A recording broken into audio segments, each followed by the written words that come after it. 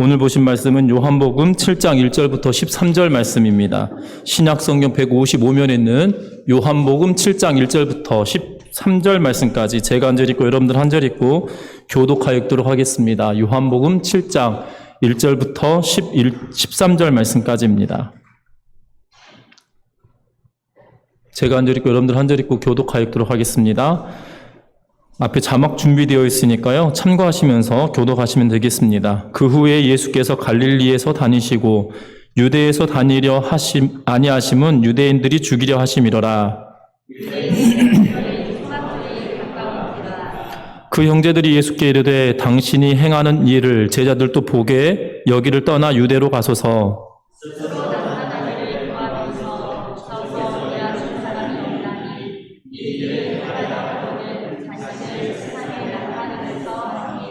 이는 그 형제들에게까지도 예수를 믿지 아니함이로라.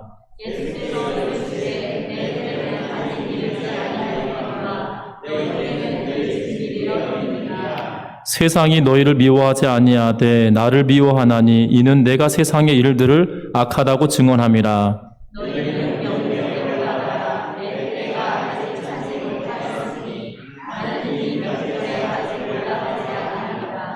이 말씀을 하시고 갈릴리에 머물러 계시니라.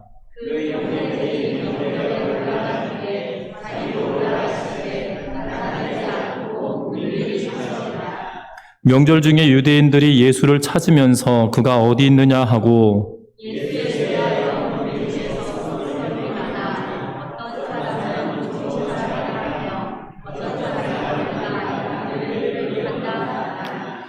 같이 읽습니다. 그러나 유대인들을 두려워함으로 드러나게 그에 대하여 말하는 자가 없더라. 아멘. 우리 앞을 향하여 인사 나누고 말씀 나누겠습니다. 사랑하고 축복합니다.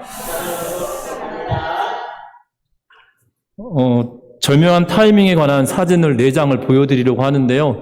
앞에 이 영상이 깨끗했으면 좋겠는데 좀 흐릿해서 좀 아쉽긴 하지만 4장의 사진 먼저 보여드리겠습니다. 첫 번째 사진은 나무 뒤에서 태양이 있어서 나무 사이로 굉장히 이 빛이 굉장히 아름답게 들어오는 그러한 현상을 찍은 사진입니다. 그 다음 사진은 뭐냐면 꿀벌이 날아다니는데 태양 위에 이렇게 걸쳐서 절묘하게 벌이 해를 옮기고 있는 것처럼 보여지는 그러한 사진입니다. 어떻게 보면 그 백열등이 켜진 것처럼 보여지기도 하는데요. 꿀벌이 태양을 이렇게 마주하고 있으면서 아주 절묘하게 아주 아름답게 찍혀진 사진이기도 합니다. 그 다음 사진 굉장히 재미있는 사진입니다. 이것이 아이일까요? 어른일까요? 얼굴을 보면 어른인데요. 몸뚱아리를 보면 애입니다. 그래서 이 사진은 아이의 얼굴과 아버지 얼굴이 교묘하게 딱 겹쳐지면서 찍힌 사진이어서 어떻게 보면 어른인 애가 얼굴을 가지고 있는 것 같고 몸은 애고 얼굴은 어른인 그런 모습인 것처럼 보여진데 절묘하게 아이의 얼굴과 아버지의 얼굴이 겹쳐져서 이렇게 보이는 착시 현상인 거죠. 그 다음 사진은 더 황당한 사진입니다. 타조 위에 한 여인이 올라타 있는데요. 타조 얼굴이 그의 여인의 얼굴 딱 가림으로 인해서 마치 타조가 머리가 긴 타조의 얼굴처럼 되어져 있는 사진인데 시간이 이 찍을 때 타이밍이 기가 막혀서 사람으로 하여금 너무나도 황홀한 그러한 경험을 하게 하기도 하고 때로는 방금 보았던 2장의 사진처럼 우리들에게 웃음을 주기도 하는 그러한 일들을 보게 됩니다. 이 시간이라고 하는 것 그리고 이 적절한 타이밍이라고 하는 것이 굉장히 중요한 것 같습니다. 우리가 인생을 살아갈 때도 마찬가지입니다. 특별히 이 히말라야에 있는 많은 산의 꼭대기를 정복할 때에 많은 사람들은 특별히 일반적인 등산을 하는 저와 여러분들처럼 일반적인 등산을 하는 사람들이다라면 이 아침 일찍 출발해서 이 대낮의 정상을 찍고 그리고 이 가급적인 빨리 내려오는 것이 옳다라고 여겨지겠지만 이 높은 산 봉우리들을 이 정복하는 사람들은 자정이 넘어서 출발을 하고 가장 어두운 시기에 꼭대기에 등반을 하게 되어진다라고 이야기합니다.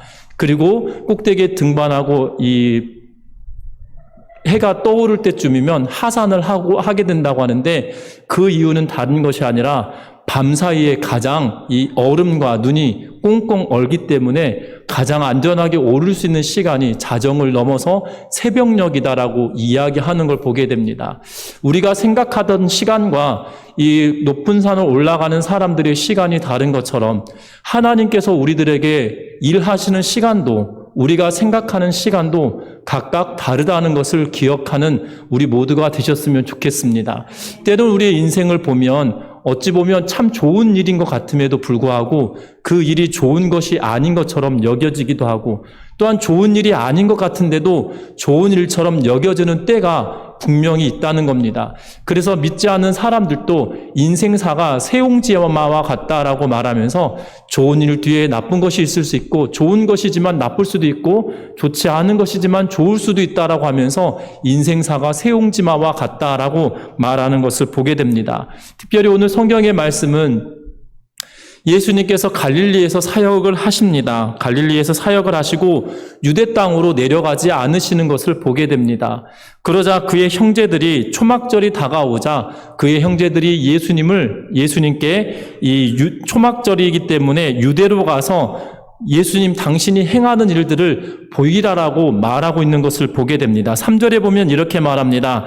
그 형제들이 예수께 이르되 당신이 행하는 일을 제자들도 보게 여기를 떠나 유대로 가소서라고 이야기하면서 유대 땅으로 가서 일을 하시지 왜 여기서 숨어 계십니까? 라는 투로 말합니다. 다시 말하면 당신은 큰 인물이기에 이 넓은 물인 유대 땅으로 가서 예루살렘에서 일을 하는 것이 낫지 않겠습니까? 라고 말하는 것이지요. 우리나라에도 이런 속담이 있습니다. 사람이 아들이 태어나면 어디로 보내라고 합니까? 한양으로 보내고 말이 태어나면 어디로 보내라고 합니까? 제주로 보내라 라고 이야기하는 것처럼 마치 큰 물에서 놀아야 된다 라고 말하는 것처럼 말하고 있는 걸 보게 되는데 그런데 예수님께서는 그것에 대하여 부정적으로 말씀하고 계시는 것을 보게 됩니다. 심지어 6절 말씀에 보면 같이 한번 읽어보겠습니다. 예수께서 이르시되 내 때는 아직 이르지 아니하였거니와 너희 때는 늘 준비되어 있느니라. 아멘. 내 때가 아직 이르지 않았다라고 말씀하시고 너희 때는 항상 준비되어 있다라고 말하면서 아직 내 때가 되지 않았기 때문에 초막절임에도 불구하고 올라가지 않겠다라고 말씀하고 계시는 것을 보게 됩니다. 다시 말하면 예수님께서는 하나님의 때, 하나님께서 원하시는 그 때에 내가 행하겠다라고 말씀하시면서 그 때가 어떤 때인지 우리에게 알려주고 계신 것을 보게 됩니다. 우리가 인생 살아가는데도 마찬가지로 그 때가 굉장히 중요합니다. 그런데 우리에게 주어지는 그 때는 세상 사람들이 볼 때 이게 절묘한 시간이야 라고 말할 수 있지만 그것은 하나님의 때가 아닐 수도 있다는 겁니다. 가장 좋은 것처럼 여겨지지만 좋은 것이 아닐 수도 있다는 것이에요. 그러면 우리가 하나님의 시간표에 따라 어떠한 삶을 살아가는 것이 우리에게 유익한지, 어떻게 사는 것이 하나님의 시간표를 따라 살아가는 것인지 오늘 말씀을 통하여 살펴보려고 합니다. 먼저 우리 앞에서 읽었던 것처럼 3절과 4절 말씀 같이 읽어보겠습니다. 같이 읽습니다.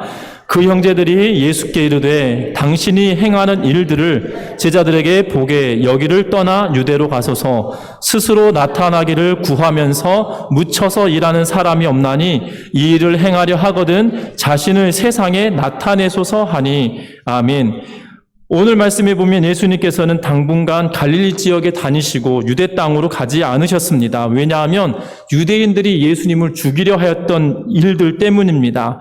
그런데 우리는 잘 아셔야 되는 것은 1절 말씀에 보니까 그 후에 예수께서 갈릴리를 다니시고 유대에서 다니려 아니하심은 유대인들이 죽이려 함이로라라고 말씀하고 계셔서 이 유대인들이 예수님을 죽이려 하기 때문에 예수님께서 갈릴리를 떠나 유대로 가지 않으시려고 한다라고 생각할 수 있습니다. 그런데 두려워서만이 아니란 사실이에요. 왜냐하면 두려워서 예수님은 그곳에 가지 않으신 것이 아니란 겁니다. 그랬다면 두려우셨다라면 끝까지 유대 땅으로 또한 예루살렘으로 가지 않으셨어야 되는 것이고 또한 십자가를 지지 않으셨어야 된다는 겁니다. 분명한 것은 예수님께서 이 땅에 오신 이유는 우리의 죄를 위하여 대속 제물이 되기 위하여 이 땅에 오셨고 십자가를 지시기 위하여 이 땅에 오셨다는 겁니다.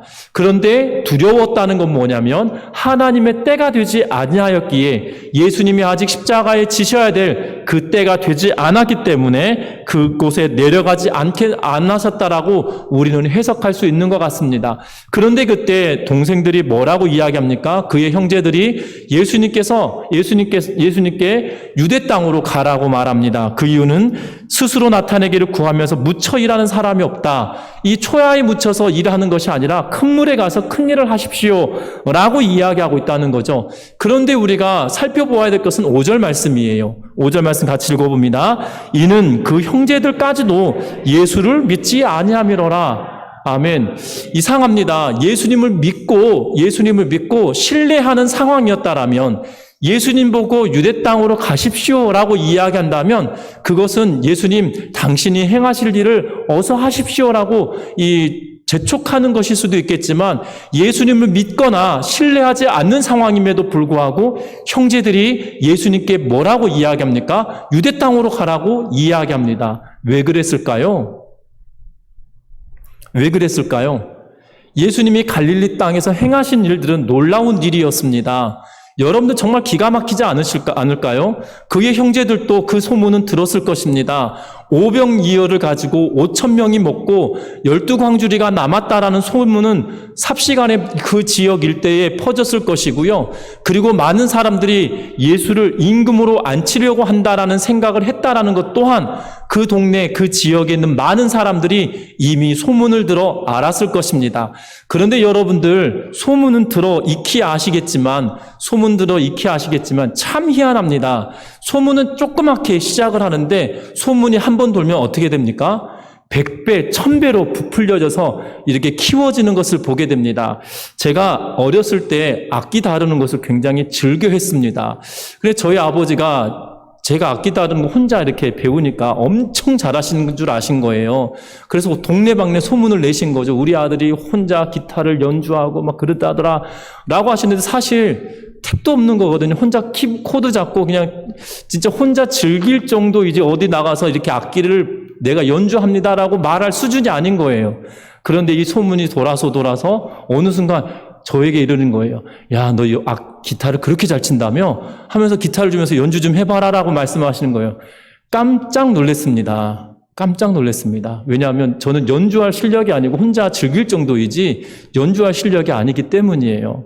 여러분들 그런 일들을 여러분들 한두 번씩 경험해 보지 않으셨습니까? 나는 작게 이야기를 했는데 돌아올 때는 어마어마하게 크게 돌아온 거죠. 지금 형제들도 그럴 것입니다. 오병이어를 가지고 5,000명이 먹였다는 소문과 임금으로 세워야 되겠다는 소문을 들었을 때 믿지 않았던 이 형제들조차도 어떠한 상황에 놓인 거예요? 예수를 이용하면 그들도 한 자리 하겠구나라고 여긴 것처럼 보여집니다. 그래서 종용합니다. 뭐라고 종용합니까? 여기를 떠나 유대로 가십시오. 그리고 이 일을 행하려 하거든 자신을 세상에 나타내십시오. 당신을 세상에 나타내십시오라고 이야기합니다. 이것이 분명 동생들만의, 예수의 형제들만의 이야기는 아니란 사실입니다. 마가복음 10장 35절부터 37절 말씀에 보면 성경은 이렇게 기록하고 있습니다. 세베대의 아들 야고보와 요한이 주께 나와 여짜오되 선생님이여 무엇이든지 우리가 구하는 바를 우리에게 하여 주시기를 원하옵나이다. 이르시되 너희에게 무엇하여 주기를 원하느냐?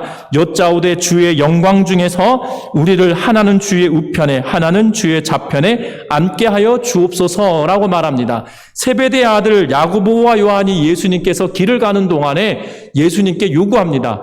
우리가 원하는 것을 예수님 들어주십시오라고 말하니까 예수님께서 묻습니다. 내가 원하는 게 뭐냐?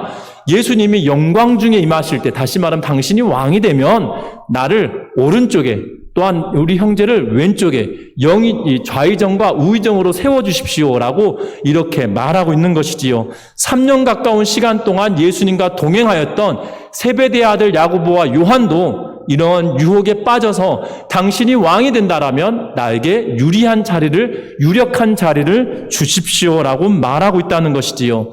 여러분들 잘 아셔야 되는 것은 예수님께서도 육신의 몸을 입고 이 땅에 오셨다는 사실입니다. 육신의 몸을 입고 이 땅에 오셨는데 어떻게 오셨습니까? 인간의 몸을 입고 100%의 인간의 몸으로 이 땅에 오셨습니다. 그리고 요한에게 세례를 받으시고 광야로 이끌려 40일 동안 금식하신 이후에 사단에게 시험을 받고 있는 걸 보게 됩니다. 무엇으로 시험합니까? 이거 너가 배고프지? 이 돌로 떡을 만들어라. 그리고 뭐라고 이야기합니까? 높은 곳에 올라가서 세상을 보여주면서 나에게 절하면 세상의 모든 것을 너에게 주겠다. 성전 꼭대기에 올라가서 네가 뛰어내려라. 그러면 천사가 너를 받아주지 않겠냐라고 하면서 하나님을 시험합니다. 이 시험은 육신의 정욕과 안목의 정욕과 이생의 사랑에 관한 것에 대한 시험을 하고 있는데요. 예수님께서도 시험을 받으셨습니다. 그 시험을 제자들도 받았다는 것이고요. 그리고 예수님을 의지하지 않고 믿지 않았던 형제들까지도 그 시험에 빠졌다는 사실입니다. 하나님의 때를 기다리며 살아가는 사람, 하나님의 시간표대로 살아가길 원하는 성도가 있다라면 우리는 무엇 해야 하냐면 예수님이 보여지는 그것에 집중하는 것이 아니라 외적인 것에 충실한 것이 아니라 우리가 예수 그리스도로 말미암아 구원의 은혜를 기억하는 것이 가장 선명한 것이라는 것을 기억하는 우리 모든 성도님들 되시기를 주의 이름 부탁합니다. 예수님을 믿는다고 하지만 예수님 때문에 우리가 신앙생활하는 것이 아니라 예수님의 주변에 있는 것들로 인하여 우리가 그분을 의지한다라면 하나님의 시간표 안에 살아가고 있는 사람들이 아니라는 것입니다. 특별히 제가 알고 있는 한 분은 지금 신앙생활을 하지 않은 분이십니다. 그런데 이 신앙생활을 하지 않으신 분인데요. 신앙생활을 하지 않은 지도 꽤 되셨습니다. 그런데 이분이 이 주재원으로 해외 생활을 여러 해 동안 하신 분이셨습니다. 그런데 그 해외 생활 여러 해 동안 하시는 동안에는 본인이 정말 열심히 교회를 다니셨다라고 말씀을 하신 걸 보게 됩니다. 어떻게 신앙생활을 열심히 하셨습니까? 라고 물어보았더니 딱 한마디 하셨습니다. 외로워서요. 라고 말씀하시는 거였어요.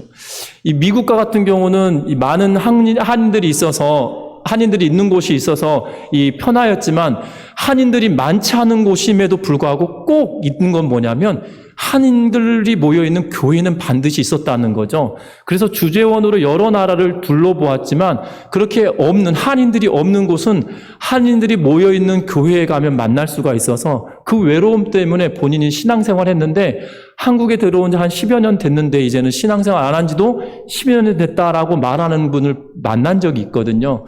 여러분들 신앙생활이라고 하는 것은 외로움을 달래주기 위한 곳이 아니에요.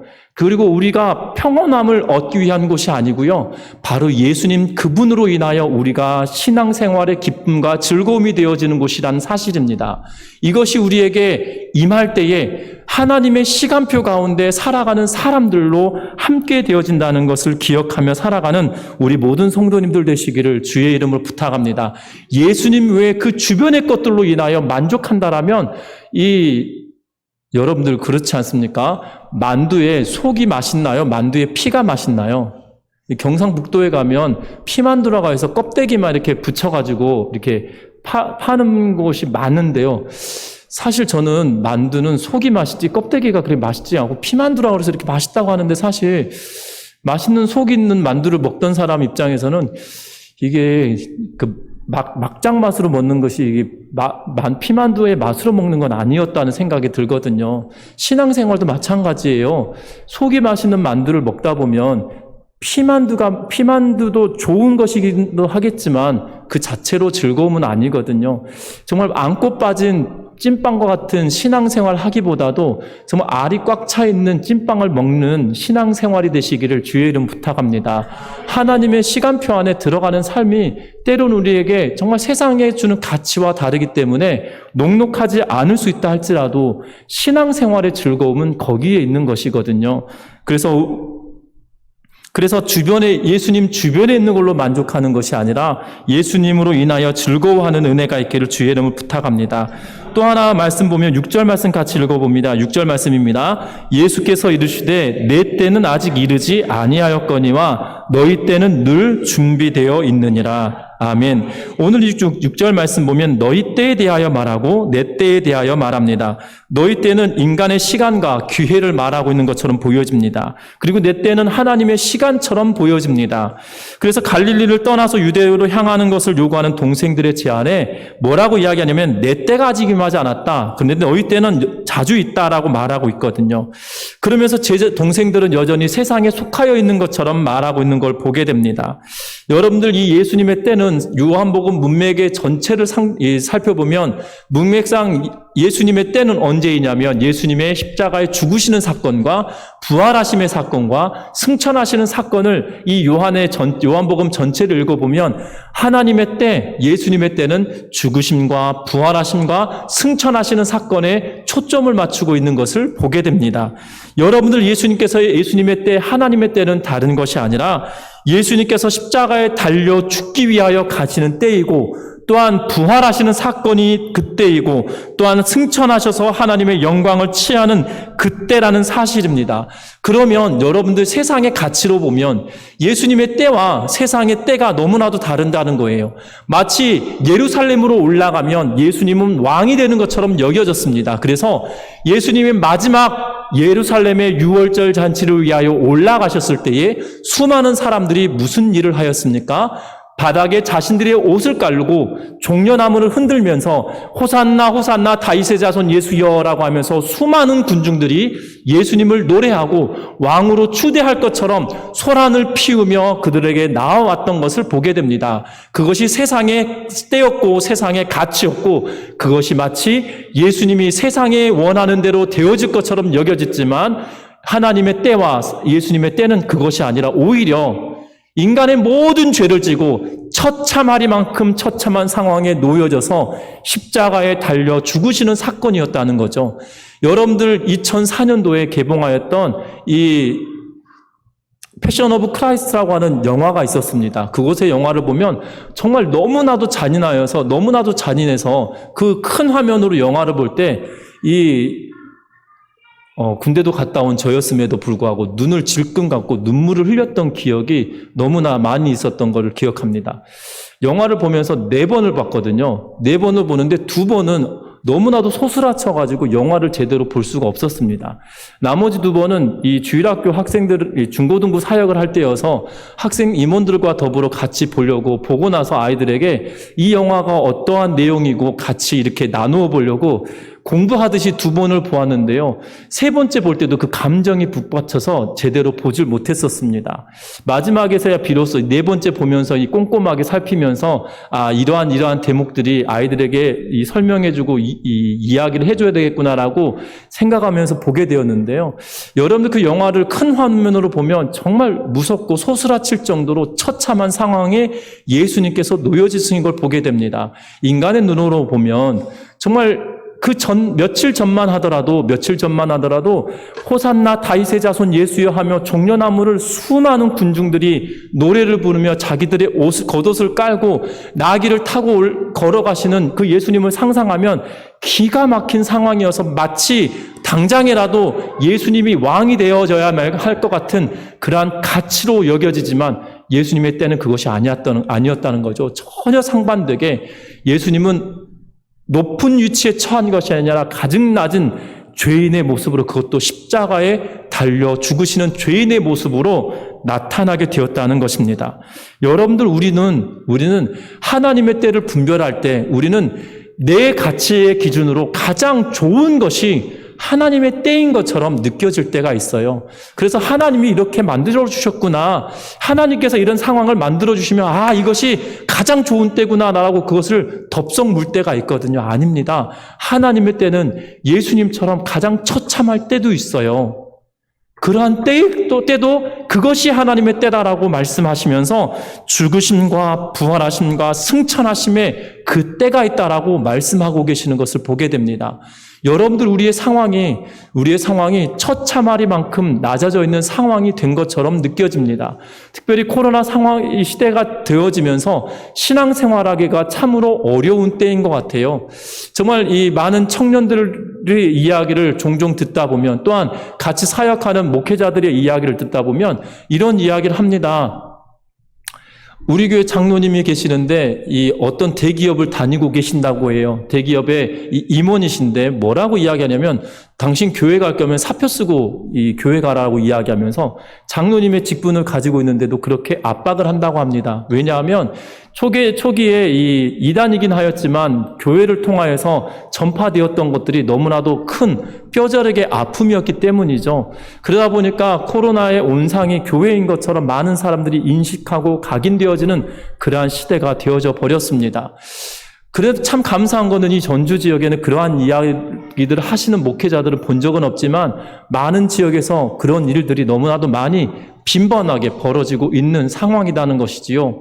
여러분들, 이러한 때가 참 어려운 때입니다. 마치 하나님의 때가 아닌 것 같습니다. 우리가 생각할 때는 이 고통받는 이때, 특히 교회에 다닌다, 신앙생활 한다고 하면 세상 사람들은 교회 다니하면 다시 한번 이 몸을 돌이키면서 이상하게 쳐다보는 그러한 시대에 우리가 살고 있거든요. 어찌 보면 우리의 눈으로 보면 처참한 생각과 처참한 상황인 것처럼 보여집니다. 하지만 하나님의 때는 거기에 있지 않다는 거죠. 우리가 하나님의 때를 분별하는 것은 이 상황에 우리가 이곳에 서서 무엇을 할 것인지, 이곳에 서서 예수님께서 당연하게 묵묵하게 그것을 버티고 견뎌내셨던 것처럼 이 상황에서도 우리는 무엇을 할 수 있는지 거기에 눈을 돌리고 거기에 관심을 두고 하나님께서 내가 이곳에 서서 무엇하길 원하시는지 거기에 관심을 가지고 나아가는 우리 성도님들 되시기를 주의 이름으로 부탁합니다. 여러분들, 주인은 스스로 그 목적을 위하여 움직입니다. 그런데 종은 주인의 목적과 계획을 잘 알지 못해요. 그래서 때로는 힘들고 어려운 상황인 것처럼 보여지지만 주인의 계획은 거기에 있지 않고요. 더 큰 것에 있는 것을 보게 되거든요. 저와 여러분들도 마찬가지입니다. 지금 어렵고 힘든 그러한 어려운 이때를 살아가고 있는데 이때 하나님께서 저와 여러분들에게 무엇하길 원하시는지 그곳에 서서 하나님께 두 손을 들고 하나님, 이 나라 민족뿐만 아니라 이 지역에 이 어려움을 주신 이유가 무엇입니까? 내가 주 앞에 기도하고 간구하오니 이 어려운 때가 하나님의 때가 되게 하여 주시고 이 어려운 때로 말미암아 하나님의 능력을 보여주시고 이 어려운 때로 말미암아 하나님을 깨닫게 하여 주십시오라고 기도할 수 있는 믿음의 성도님들 되시기를 주의 이름으로 부탁합니다. 이것이 하나님의 시간표대로 살아가는 사람들의 모습이라는 겁니다. 또 하나 성경에 이렇게 말씀하십니다. 8절 말씀 읽어봅니다. 너희는 명절에 올라가라. 내 때가 아직 차지 못하였으니 나는 이 명절에 아직 올라가지 아니하노라. 9절도 읽습니다. 이 말씀을 하시고 갈릴리에 머물러 계시니라. 아멘. 너희는 명절에 올라가라고 말합니다. 그러면 내 때가 아직 이르지 못하였다, 차지 않았다라고 말합니다. 이 명절에 아직 올라가지 않겠다라고 말씀하시며 갈릴리에 머물러 계십니다. 그러다가 10절 말씀해 보면 같이 읽어봅니다. 그 형제들이 명절에 올라간 후에 자기도 올라가시되 나타내지 않고 은밀히 가시니라. 아멘. 형제들이 올라가고 난 이후에 예수님께서 은밀히 성전에 올라가셨다라고 말하고 있는 걸 보게 됩니다. 명절은 유대인들은 적어도 3번에 걸쳐 이 예루살렘에 모여 하나님께 제사를 지냅니다. 적어도 3번을 모이게 되는데 하나는 6월절이고 하나는 7질절이고 하나는 초막절입니다. 오늘 이 성경의 말씀은 초막절에 관계된 이야기거든요. 이 초막절에 예수님께서 예루살렘으로 올라가고 있는 것을 이야기합니다. 그런데 예수님께서는 먼저 올라가지 않겠다고 하시다가 동생들이 올라가고 예수님께서는 나중에 올라가고 계시는 것을 보게 됩니다. 특별히 예수님께서 조용히 올라가시게 됐던 이유는 다른 것이 아니라 예수님이 올라가면 그곳에 큰 파장이 있을 것은 당연한 일이었기 때문입니다. 예수님께서는 이 화제의 중심 가운데 이미 있었던 분이시라는 것입니다. 특별히 이미 수많은 사람들이 예수님께서 베푸셨던 보리떡 5개와 물고기 2마리 사건으로 말미암아 왕으로 추대해야 되겠다고 했던 사람들이 어마어마하게 있었던 것이거든요. 지난 시간에도 말씀드렸지만 장정만 5,000명입니다. 남녀노소를 포함하면 2만 명도 넘다라고 이 학자들마다 조금 다르긴 하지만 최대 2만 명은 넘을 거다라고 이야기합니다. 2만 명이 운집하였다는 것은 정말 놀라운 것이고요. 그 2만 명의 사람들이 곳곳에 흩어져서 예수님의 사건들을 이야기하고 그 소문들을 퍼쳤을 때에는 예수님에 관한 이야기는 상상을 초월할 만한 이야기로 커져 있을 거란 사실이죠. 예루살렘에 들어와서도 마찬가지입니다. 예루살렘에선 심지어 예수님께서는 38년 된 병자를 언제 고치셨습니까? 안식일에 고치신 사건으로 말미암아 이미 논쟁의 중심에 있었던 그분입니다. 안식일에 예수님께서 병자를 고치셨다는 이유 때문에 예수님을 죽이려 하였던 일들이 너무나도 많았었기 때문에 이미 예수님은 화제의 중심에 있었던 그분입니다. 그럼에도 불구하고 이 평판과 상관없이 예수님은 그분의 할 일을 하고 계시고 있는 것을 보게 됩니다. 여러분들 놀랍지 않습니까? 반대의 세력도 이만큼 많습니다. 예수님을 찬성하는 척도 이렇게 많습니다. 이 싸움의, 이 논쟁의 중심에 있는 화제의 인물입니다. 그러면 여러분들 어떻게 하실 것 같습니까? 이 화제의 중심에 제가 있다라면 저는 아마 저를 좋아하는 사람들 편에 서서 이 상황을 확 이렇게 뒤바꾸고 싶은 그런 욕구의 충동이 있을 것 같아요. 그렇지 않을 것 같습니까? 저를 좋아하는 사람이 이 예루살렘의 온 나라에서 몰려든 사람들 가운데 절반 이상이 나를 좋아한다고 하면 한번 쿠데타도 일으켜볼 만하지 않겠습니까? 예, 저 같으면 그럴 것 같아요. 아직 제가 이 신앙의 성숙이 되지 않아서. 그래서 여러분들 잘 아셔야 되는 건 그런데 예수님은 그렇지 않아요. 반대하는 사람들의 이야기에도 관여치 않고 찬성하는 사람들의 이야기에도 관여치 않고 예수님은 묵묵히 무엇을 하시냐면 예수님은 그분의 하실 일을 하고 계시다는 사실이죠.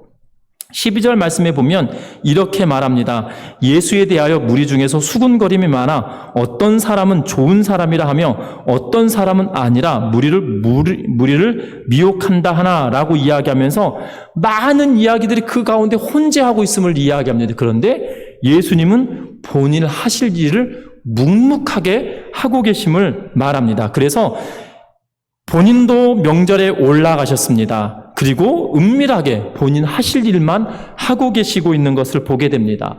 우리가 하나님의 시간표대로 살아가는 사람은 우리의 주변의 환경이 어떠한 상황이다 할지라도 우리의 할 일을 하는 사람이라는 거예요.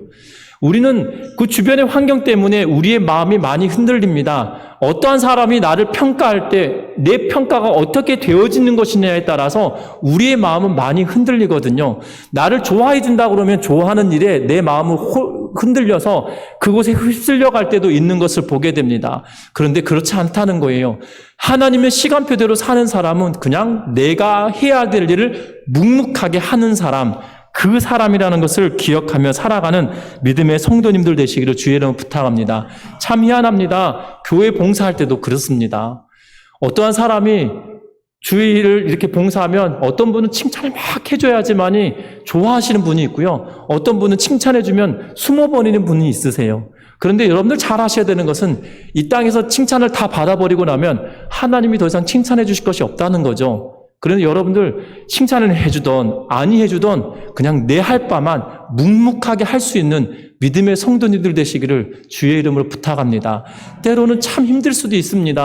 왜냐하면 아무런 대가 없이 주의 일을 한다는 것, 아무런 칭찬 없이 주의 일을 한다는 것 힘든 일일 수도 있습니다. 심지어 이 칭찬은 고래도 춤추게 한다라는 책 제목이 있을 만큼 칭찬이 중요하다고 이야기하는데 우리는 그 환경과 상황에 노출되었을 때 우리의 마음은 흔들려지기보다도 그런 환경이 우리에게 있다 할지라도 묵묵하게 주의 일을 하는 믿음의 성도님들 되시기를 주의 이름으로 축원합니다. 말씀을 맺으려고 합니다. 하나님의 때를 구하며 살아가는 사람, 하나님의 시간표대로 살아가는 사람들은 다른 것이 아니라 앞에서도 다 말씀드렸던 것처럼 하나님 오직 예수만 바라보고 그 주변의 것들을 생각하지 않고 주만 바라보고 살아가는 것이다라고 말씀을 드렸습니다. 뿐만 아니라 세상의 가치대로 우리가 움직이는 것이 아니라 하나님의 가치대로 우리가 움직이는 것이다라고 말씀을 드렸고 또한 우리에게 주어진 일들을 묵묵하게 어떠한 평판보다도 하나님이 원하시는 일에 집중하며 살아가는 것이다라고 말씀을 드렸습니다. 이렇게 살아가면 세상 사람들은 우리를 무엇이다라고 이야기하냐면 바보라고 이야기합니다. 왜 저렇게 사냐라고 이야기하기도 합니다. 그런데 여러분들 참 감사한 것은 무엇이냐면요. 그냥 하나님의 뜻대로 내 할 바를 하고 살아가면, 그리고 내가 살아갈 때 나에게 주어진 일을 최선을 다하여 살아가면 세상 사람들도 결국 인정하게 되어진다는 겁니다. 저는 이 힙합을 좋아하진 않은데요. 이 힙합 하던 친구들 가운데 BY라고 하는 젊은 친구가 있습니다. 굉장히 어린 친구인데요. 이제 군대 갈 나이 정도 된 것 같아요. 93년생으로 제가 기억을 하고 있는데, 이 친구의 힙합의 가사를 보면 기가 막힙니다. 뭐가 기가 막히냐면 드러내놓고 나 예수 믿는 사람이다. 하나님이 나와 함께 하시니까 내 앞길은 이 시온의 대로가 열린 거다라고 아예 자기의 노래의 가사에 아예 노골적으로 실어놓습니다. 그리고 자기 할 일을 열심히 합니다. 그리고 자기가 하고 있는 이 노래를 정말 최선을 다하여 합니다. 그런데도 놀라운 것은요, 그 누구도 안 믿는 사람도 그 친구를 폄하하거나 그 친구를 깎아내리지 않습니다. 그 가사를 들으면서 그냥 그 스스로가 즐깁니다. 힙합 자체가 약간 허세도 있긴 하지만 이 랩을 하는 친구들이 허세도 있고 좀 이렇게 드러내는 성향들도 있지만, 그렇다고 해서 그렇게 노골적으로 이 가사를 보다 보면 야, 이 친구가 정말 대단하다. 이 노래를 듣고 밑에 댓글 써놓은 거 보면 나 예수 믿는 사람 아닌데 BY가 목사님 하면 나 그 교회 출석할 거야. 뭐 이런 친구들도 있어요. 정말 복음을 노골적으로 증거합니다. 그런데 그가 할 일이라고 본인 스스로 생각하고 있어요. 그가 이 힙합을 하면서도 교회 선생님들도 또한 목회자들도 너 이런 노래 하면 안 된다라고 핍박 아닌 핍박을 받았다라고 본인 이야기하지만 나는 이것을 통해서 하나님을 전하고 싶다라고 대놓고 시작하였던 친구였기 때문이죠.